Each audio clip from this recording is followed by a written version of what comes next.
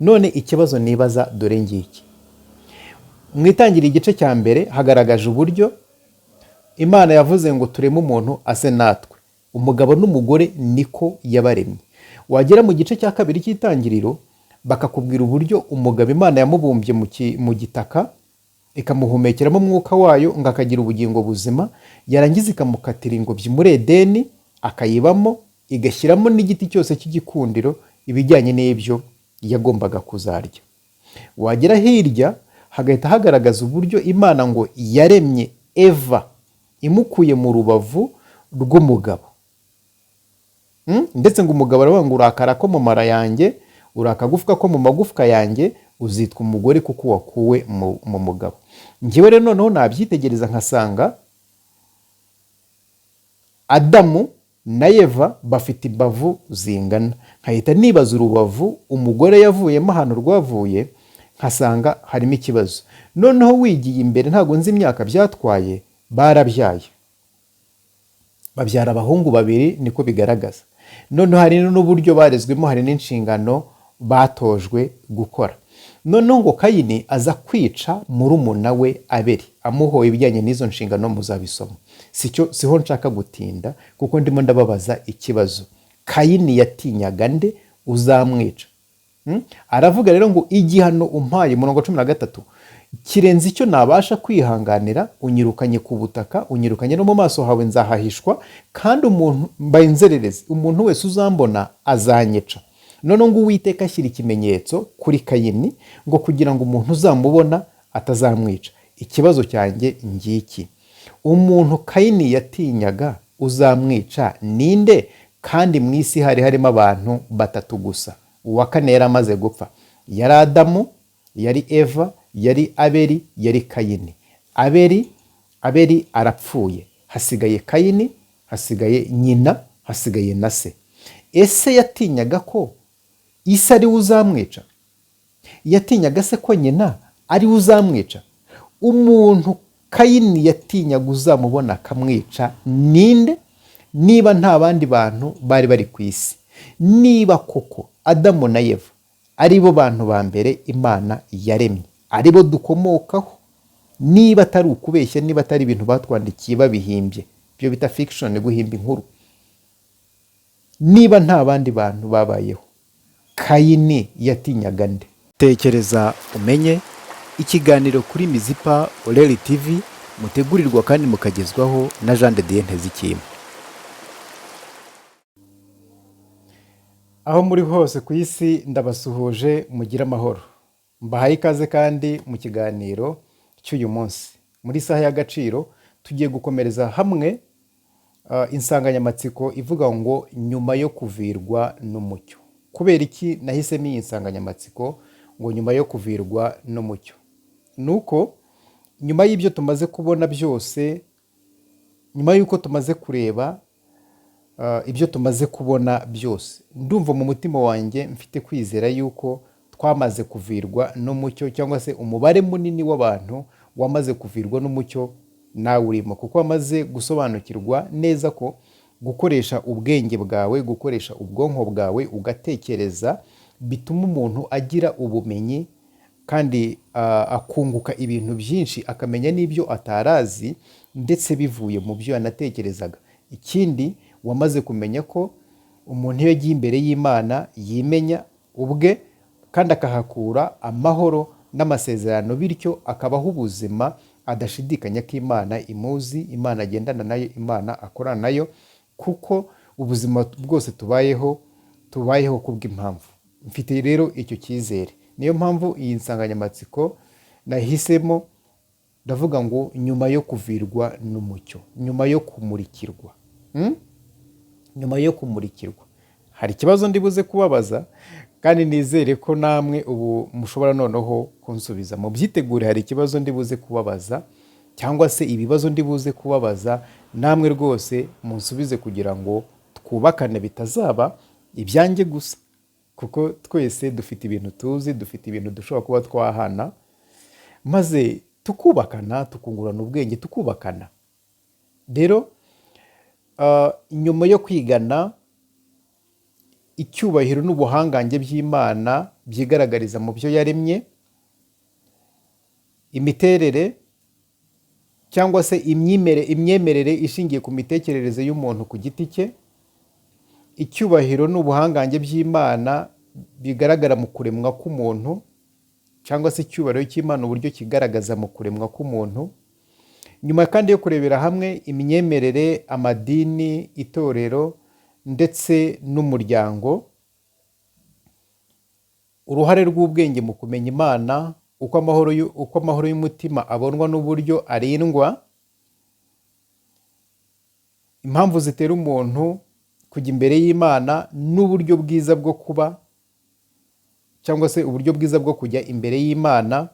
Nyuma kandi yo kureba urugendo rwo kuva muri Egiputa n'impamvu zarwo, urugendo rwakozwe n'Abayisiraheli bava muri Egiputa, twabonye n'uburyo bahaje n'uburyo bahavuye, ibyo twarabirebye. Nyuma yo kubireba, nyuma kandi yo kureba icyari cyihishe inyuma y'urwo rugendo rw'Abayisiraheli bava muri Egiputa berekeza ahitwa iwabo i Kanani, ibyo nyuma yo kubireba, nyuma yo kureba inyungu n'igihombo ruriya rugendo rwateje muri Egiputa ndetse no ku barukoze ubwabo, imisengere yo muri Egiputa cyangwa se muri rusange, kureba n'uburyo bwacu dusenga, ibyo tumaze kureba. Nyuma yo kubona kandi uburyo dukwiriye kuba inshuti n'imibiri yacu, itabaza ryatwikirijwe intonga, icyo wakora igihe ubona ibyaha ariko ntubashe kubabarirwa cyangwa se kubona amahoro yo mu mutima. Ibyo byose tumaze kubireba, ndumva mfite icyizere cy'uko ubwenge bwacu twese bwakangutse, ubu tukaba dushobora gukomeza kwiga no gutekereza ibindi bikomeye cyane kurutaho.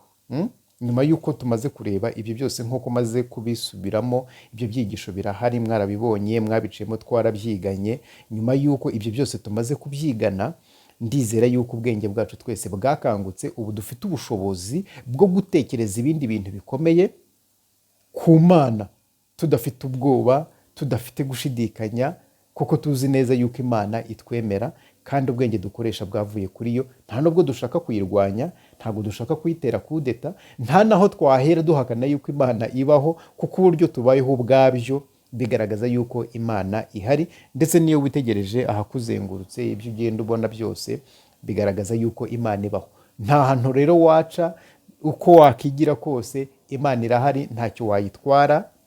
Urumva, nta kintu wayitwara. Birangire twebwe inyenyeri zacu zizimye, nk'uko nabivuze mu cyigisho cyabanje, itabaza ryatwikirijwe intonga.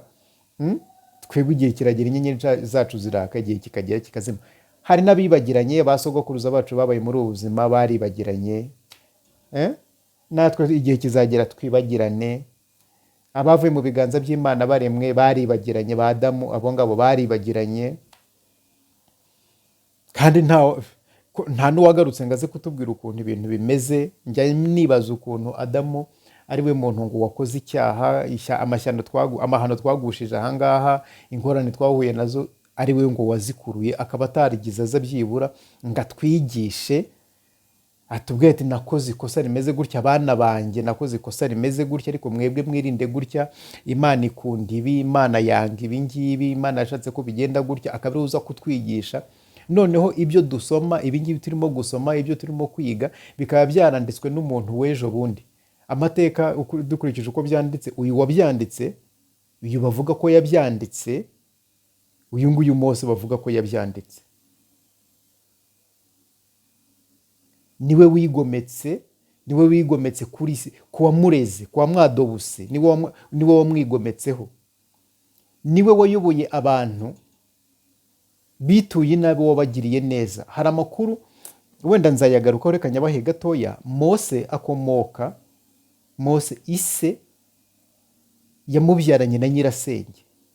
Nujya kureba ngo kuvuka kwa Mose, uzasanga ngo umugabo wo mu muryango wa Lewi ngo yarongoye umukobwa wa Lewi, babyarana umwana. Hirya mu kuva baranditse bagaragaza ko ngo Amuramu yarongoye umukobwa witwa Yokabedi, nyirasenge babyarana Mose. Hari andi makuru nzagarukaho ninjya kubereka uburyo ngo muri Egiputa abana b'abahungu bicwaga, uzasanga ikintu kibyihishe inyuma ari ikinyoma bahimbye kugira ngo bagaragaze amahano yakozwe Mose, bagashaka kumwica bakajya kumuta mu mazi, noneho abanyegiputa bakamubona bakamugirira impuhwe bakajya kumwirerera, bakamurera nk'umwana wabo, bakamuhisha ko babonye ko ari umunyegiputa, ari umuheburayo, bakabihisha ariko bakamwirerera. Bamurera imyaka 28, bamureze imyaka 28, bamurera nk'umwana wabo, ndetse ngo bamutegura kuzaba nawe Farawo. Igihe kigeze rero arigomeka. Ibyo tuzabigarukaho. Uyu rero niwe wavuga ko yatwandikiye ibi bitabo, Itangiriro, Kuva, Abalewi, Kubara no Gutegeka kwa kabiri. Noneho kandi iyo witegereje usanga hari igihe yari ari mu ntambara. Nk'abanditsi, abantu bandika, ari abandika indirimbo, ari abandika ibitabo bisanzwe, ari abandika amafilimi, ari abandika imivugo. Murabizi inspiration. Inspiration yo kwandika, iyo umuntu arimo kwandika ukuntu aba ameze, ibitekerezo by'ukuntu biba bimeze. Noneho umbwire umuntu wamaze imyaka 40 aragira intama n'ihene, waba uragiye intama n'ihene ukagira inspiration yatuma wandika? Ntago mbizi, nabyo wenda birashoboka niba baronaga umwanya wo kubyitaho. Ariko reba, ari mu ruguri araragiye, ihene ziraca, intama zigaca ahangaha, igihe kirageze arazicyuye, agomba kumenya ukuntu zaryamye, agomba kumenya ukuntu zariye, agomba kumenya izabyaye, abana bazo niba bameze neza, agomba kumenya. Urumva iyo management y'amatungo, ubwo abantu bakora umurimo w'ubworozi murabyumva neza, murabyumva neza ukuntu biba bimeze. Noneho rero umwitegereze, agiye mu muryango utakuriyemo, utanamwemera. Farawo nane Aroni mukuru we na Miriyamu nibo bagombaga kugendana nawe, ubwabo ntiyakuranye nabo, ntibamwizera, ntago bamwizera, n'ibikorwa bye ntago babyizeraga. Noneho kandi bagiye ahantu ngo yigometse, yacitse, amakosa ye yamukuyeyo. Urimo urumva? Noneho ubwo byo gutekereza icyo azakora, ubwo afite umwanya wo kwandika ibyo bintu? Simbizi. Noneho bitegereze, bari mu ntambara muri rwa rugendo rwabo, umunsi ku munsi baragenda, igicu kiri imbere kirabayoboye, baragenda, inkingi y'umuriro iri imbere, baragenda ku manywa na nijoro. Ubwo yabonye umwanya wo kwicara arandika, yabonye umwanya wo kwicara akemura ibibazo abantu bahuye nabyo. Noneho bitegereze ngo yanaguye mu butayu. Bivuze ngo kiriya gitabo cyo Gutegeka kwa kabiri ntabwo ari we wacyanditse kuko yaguye mu butayu. Kiriya gitabo cyo Kubara ntabwo ari we wacyanditse kuko yaguye hehe? Mu butayu. Ibyo bavuga bageze i Kanani ibyabaye ntabwo ari we wabyanditse. Noneho utekereza ukuntu niba Adamu ari we wakoze amakosa akaba ataragize yandika igitabo, simbizi, ngo byibura tube tugisoma, akaba ataragarutse ngo abe ari we utubwira amakuru y'Imana n'ubuzima bwa hano ku isi ukuntu bwatangiye n'uko tugomba kubamo n'amakosa yakozwe, n'iby'Imana yanga n'iby'ikunda, ngo byibura tube turi abantu batunganye. Uyu munsi umuntu yagombye kugira amakenga y'ibyo abwirwa. Niba ngibi ndimo kukubwira nabyo ugomba kubigiraho amakenga. Niyo mpamvu nkubwira ngo igira imbere y'Imana wemera uyibarize.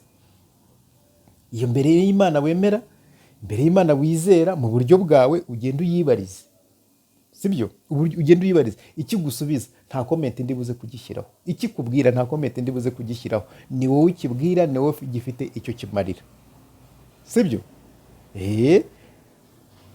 Ngira ngo ibyo bintu birumvikana neza. None utekereza uwo muntu rero wari mu ntambara, ibyo bintu yabyanditse ryari? Niyo mpamvu nkubwira ngo tekereza noneho umenye kuri ibi bintu byanditswe. Biranashoboka ko Mose yaba hari amakuru koko yahawe, ariko si ubwo wayanditse yayanditse nk'uwayahawe? Simbizi. Ikiganiro nyine nitekereza umenye. Tugomba gutekereza tukagira icyo tumenya. Niyo mpamvu rero nyuma y'ibi ngibi tumaze kureba, mfite icyizere cy'uko noneho dufite ubushobozi bwo gutekereza ibintu byagutse, ibintu bikomeye cyane cyane ku Mana, ndetse ibyo byaducanze mu bitekerezo byacu tukajya kubyibariza Imana ikatwibwirira, tukabona ko twigisha n'abana bacu. Tukabona ko twigisha abana bacu, kuko uyu munsi abana bacu ntabwo dufite icyo tubabwira. Tubabwira Imana twabwiwe, natwe ubwacu dushidikanyaho. Igihe kirageze rero kugira ngo twigire imbere y'Imana tuyibarize, none iyo Mana tuyibwirire abana bacu. Uwitwa Dawidi yabwiye Salomo umuhungu we ngo Salomo mwana wanjye ujye umenya imana ya so, iyo yakoreraga nawe ariyo uzagenza gute, uzakorera. Bivuze ngo Dawidi yagize igihe gihagije cyo kuba imbere y'Imana, yari ayizi ubwe, yari ayizi. Abwira umwana we rero nk'umurage, ujye umenya imana ya so, iyo yakoreraga uba ariyo nawe uzakorera. Bivuze ngo hari ukuntu yari yarigishije n'umwana we. Natwe rero uyu munsi kugira ngo twigishe imana abana bacu, birakwiye yuko tujya imbere yayo tukaba tuyizi. Ntabwo twajya imbere rero tuyitinya, tuyishidikanyaho. Niyo mpamvu tugomba gutekereza cyane, kandi ibyo tudasobanukiwe, abantu batadusobanurira, tugenda tukayibariza cyane, ko ibyo abantu batubwiye uyu munsi ejo usanga babihinduye, cyangwa se kumva ibyo ubwiriwe aha ngaha, iyo ugeze hirya hari usanga hari undi urimo kugenza gute, kubivuguruza. Biragusaba rero noneho ubwawe kugira ngo uve mu rujijo, kugira ngo uvirwe n'umucyo mushyashya, kwigira imbere y'Imana ukayibariza buri kibazo cyose waba ufite. Rero nyuma y'uko tumaze kuvirwa n'umucyo, nyuma yo kumurikirwa, nyuma yo gusobanukirwa, nyuma yo kumenya buri kimwe, nk'uko ibi bintu byose maze iminsi ndimo kubivugaho, turimo kubyigana, hari ibibazo ngira ngo namwe mbibarize noneho kandi munsubize. Sibyo? Rwose ndagira ngo ngire ikintu mbibariza namwe munsubize. Sibyo? Ikibazo cya mbere ngira ngo munyisubirize. Ese koko umugore yavuye mu rubavu rw'umugabo? Tubwirwa ko Eva ngo yavuye mu rubavu rwa Adamu. Iyo usomye Itangiriro mu gice cya 2, hakubwira ko ngo Imana yasinzirije umugabo buticura, imukuramo urubavu, urwo rubavu rukuramo umugore, noneho ngo ihasubiza inyama. Ngewe iyo ndebye rero mu byo nize no mu byo mbasha kubonesha amaso, umugabo afite imbavu 24, umugore afite imbavu 24. None se niba aba bantu, kandi nawe ushobora kuba ubizi, muzabibaze n'abaganga, cyangwa se ufata umwana wawe uzibare, ufata umwana w'umuhungu uzibare, ufate n'umwana w'umukobwa uzibare, ufate imbavu zawe mugore uzibare, urebe n'umugabo wawe uzibare. Noneho nkahita nibaza, niba twese dufite imbavu 24, ese koko umugore yavuye mu rubavu rw'umugabo? None se niba dufite imbavu 24, yavuye mu ruhe rubavu? Byagenze gute? Icyo ni ikibazo ngira ngo namwe noneho mukinsubize. Turashingira ku biri muri Bibiliya. Icyo ni ikibazo ngira ngo namwe muzansubize. Ese koko umugore yavuye mu rubavu rw'umugabo? Ikibazo cya 2, icyiza n'ikibi Imana itashakaga ko umuntu amenya ni ikihe, kandi igiti cy'ubwenge yababujije kurya ku mbuto zacyo yakihatereye iki, niba atariyo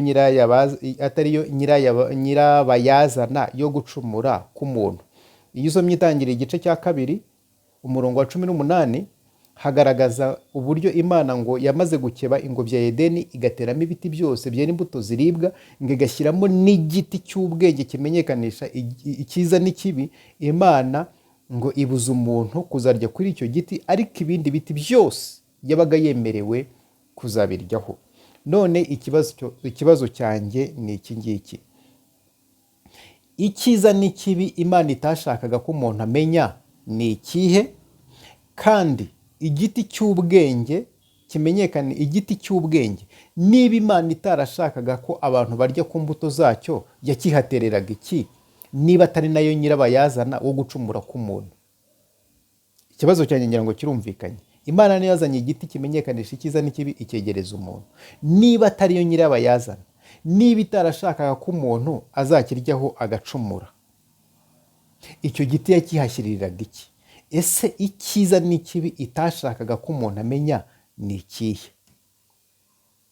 Ikibazo cya 3 ngira ngo muzansubize, ngira ngo munsubize. Niba Adamu na Eva ari bo bantu ba mbere Imana yaremye, Kayini yatinyaga nde uzamwica? Reka ngaruke inyuma gatoya, mu Itangiriro igice cya 1 umurongo 26 kugeza kuri 28, Imana iravuga ngo tureme umuntu ase natwe, bagire ishusho yacu, batware ibyo mu nyanja, mu kirere, muzahasoma. ngo Imana irema umugabo n'umugore ku ishusho yayo, umugabo n'umugore niko yabaremye. Irababwira mutware amafi, mutware ikirere, mutware ibyo mu nyanja, n'ikigenza cyose mubyimenyereze mubitware. Itangiriro 1:26-28, aho ngaho niko havuga. Noneho wajya mu gice cya kabiri cy'itangira umurongo 21, hagahita hakwereka Imana irema Eva. Ariko mu gice cya kabiri ku murongo wa 7 hagaragaza uburyo umuntu yaremwe ngo akabumbwa mu gitaka, agashyirwa no muri Edeni. Noneho hirya ku murongo 21 bagahita bakubwira uburyo ngo Imana yaremye Eva imukuye mu rubavu rw'umugabo we Adamu. Noneho wakinjira mu gice cya 4 umurongo wa 13 kugeza kuri 15, havuga ubwo hatangira kuvuga noneho famiye ya Adamu na Eva, abana babyaye Kayini na Abeli, uburyo baje kwicana. Noneho rero Kayini, reka mpabasomere Itangiriro igice ni icya 4. Itangiriro igice cya 4 avuga ibyerekeye Kayini na Abeli. Ariko ku murongo wa 13 haravuga ngo Kayini abwira Uwiteka ati, igihano mpannye kiruta icyo nakihanganira. Dore unyirukanye uyu munsi ku butaka, no mu maso hawe nzahahishwa. Nzaba igicamuke n'inzererezi mu isi, kandi uzambona wese azanyica. Uwiteka abwira Kayini ati, nicyo gituma uwica Kayini azabihorwa 7. Kandi Uwiteka ashyira kuri Kayini ikimenyetso, kugira ngo hatagira umubona akamwica. Ngira ngo birumvikane, namwe muzasome ayo makuru muzayumva. None ikibazo nibaza dore ngiki. Mwitangira igice cya mbere hagaragaje uburyo Imana yavuze ngo tureme umuntu ase natwe, umugabo n'umugore niko yabaremye. Wagera mu gice cya kabiri cy'itangiriro bakakubwira uburyo umugabo Imana yamubumbye mu gitaka, ikamuhumekeramo umwuka wayo ngo akagira ubugingo buzima, yarangiza ikamukatira ingobyi muri Edeni akayibamo, igashyiramo n'igiti cyose cy'igikundiro, ibijyanye n'ibyo yagombaga kuzarya. Wagera hirya hagahita hagaragaza uburyo Imana ngo yaremye Eva imukuye mu rubavu rw'umugabo. Ndetse ngo umugabo aravuga ngo urakara ko mu mara yanjye, urakagufwa ko mu magufwa yanjye, uzitwa umugore kuko wakuwe mu mugabo. Njyewe rero noneho nabyitegereza nkasanga Adamu na Eva bafite imbavu zingana. Nkahita nibaza urubavu umugore yavuyemo ahantu rwavuye, nkasanga harimo ikibazo. Noneho wigiye imbere, ntabwo nzi imyaka byatwaye, barabyaye, babyara abahungu 2, niko bigaragaza. Noneho hari n'uburyo barezwemo, hari n'inshingano batojwe gukora. Noneho ngo Kayini aza kwica murumuna we Abeli, amuhoye ibijyanye n'izo nshingano, muzabisoma. Siho nshaka gutinda, kuko ndimo ndababaza ikibazo. Kayini yatinyaga nde uzamwica? Aravuga rero ngo igihano umpaye, murongo 13, kirenze icyo nabasha kwihanganira. Unyirukanye ku butaka, unyirukanye no mu maso hawe nzahahishwa, kandi umuntu mbaye inzererezi, umuntu wese uzambona azanyica. None ngo Uwiteka ashyira ikimenyetso kuri Kayini, ngo kugira ngo umuntu uzamubona atazamwica. Ikibazo cyanjye ngiki, umuntu Kayini yatinyaga uzamwica ninde? Kandi mu isi hari harimo abantu 3 gusa. Uwa 4 yari amaze gupfa. Yari Adamu, yari Eva, yari Abeli, yari Kayini. Abeli arapfuye, hasigaye Kayini, hasigaye nyina, hasigaye na se. Ese yatinyaga ko ise ari uzamwica? Yatinyaga se ko nyina ari uzamwica? Umuntu Kayini yatinyaga uzamubona akamwica ninde? Niba nta bandi bantu bari bari ku isi, niba koko Adamu na Eva ari bo bantu ba mbere Imana yaremye, ari bo dukomokaho, niba atari ukubeshya, niba atari ibintu batwandikiye babihimbye, byo bita fiction, guhimba inkuru, niba nta bandi bantu babayeho, Kayini yatinyaga nde? Ngiye mu mboni y'ijisho ryanjye rero, mu mitekerereze yanjye, igihe uko mbona ibintu, mbona hari abantu b'uburyo bubiri. Hari abantu Imana yaremye ku ishusho yayo, ari bo bantu babanje kubaho. Noneho hakaba n'uyu nguyu Adamu na Eva. Noneho abo Kayini yatinyaga akaba ari ba bandi bavuye mu biganza by'Imana, ari ba bandi Imana yavuze ngo tubareme bakaba barabayeho, ari nabo bategekaga isi. None Kayini yatinyaga nde uzamwica niba yari asigaranye n'ababyeyi be? Yatinyaga ababyeyi be Adamu na Eva? Niba yatinyaga ko bazamwica kandi nubwo bari bari kumwe, ninde Kayini yatinyaga uzamwica niba ku isi nta bandi bantu bari bahari? Ibyo ni ibibazo bigera muri bitatu mbabajije, gusa ni birebire, reka mbisubiremo kugira ngo wenda mubyibuke. Icya mbere kiravuga ngo ese koko umugore yavuye mu rubavu rw'umugabo? Ikibazo cya kabiri, icyiza n'ikibi Imana itashakaga ko umuntu amenya ni ikihe? Ese niba Imana atari yo nyirabayazana yo gucumura k'umuntu, kuyicumuraho, icyo giti kimenyesha ubwenge umuntu yariye akayicumuraho, yagitereraga iki? Yakibaheraga iki? Ese ubundi icyo giti ni ikihe? Izo mbuto ni izihe? Uyu munsi bwo ntiwasanga tunazirya. Niba Imana ariyo, niba atari yo nyirabayazana yo gucumura, icyo giti yagishyiragamo iki? Icyiza n'ikibi itashaka ko umuntu amenya ni iki? Ikibazo cya gatatu, niba Adamu na Eva ari bo bantu ba mbere Imana yaremye, ninde Kayini yatinyaga uzamwica? Ngibyo ibibazo byanjye kandi nkeneye ibisubizo byabyo. Aho duhurira twese rero ni imbere y'Imana. Ibyo tudasobanukiwe tutabasha kubaza bagenzi bacu, Imana niyo idusobanurira. Rero nanjye ndababajije, mumfashe munsobanurire. Hano harimo abapasiteri, harimo ababishopu, harimo ababwirizabutumwa bakomeye, harimo abaririmbyi, harimo abahanuzi, harimo abaporofeseri, harimo abantu bakomeye bakoze ubushakashatsi buhambaye, harimo abantu benshi. None mu bushakashatsi mwakoze, mu bumenyi mufite, mwandike muri community, tujye muri community hasi tuganiriremo. Mushobora gukoresha amavideo mugashyiramo, mushobora kwandika, mushobora kujya ahangaha. Niho Imana ihurira natwe, Mizipa Oreri TV, sibyo? Twungurane ubwenge, twungurane ubumenyi, noneho tubeho ubuzima bw'umucyo tudafite urujijo. Muzi neza yuko kumenya ukuri bituma umuntu abaho ari free, afite umudendezo, afite ibineza, sibyo? Kumenya biduha kubaho dufite umudendezo. Imana rero ibaha umugisha, kandi wowe ufashe icyemezo cyo kujya imbere y'Imana, kuyibaza uko uteye, kuyiha ibyifuzo byawe no kugirana ubusabane nayo, Imana mve gusenga kwawe kandi ikunezeze, kandi buri kibazo cyose ufite iguhe ibisubizo byacyo.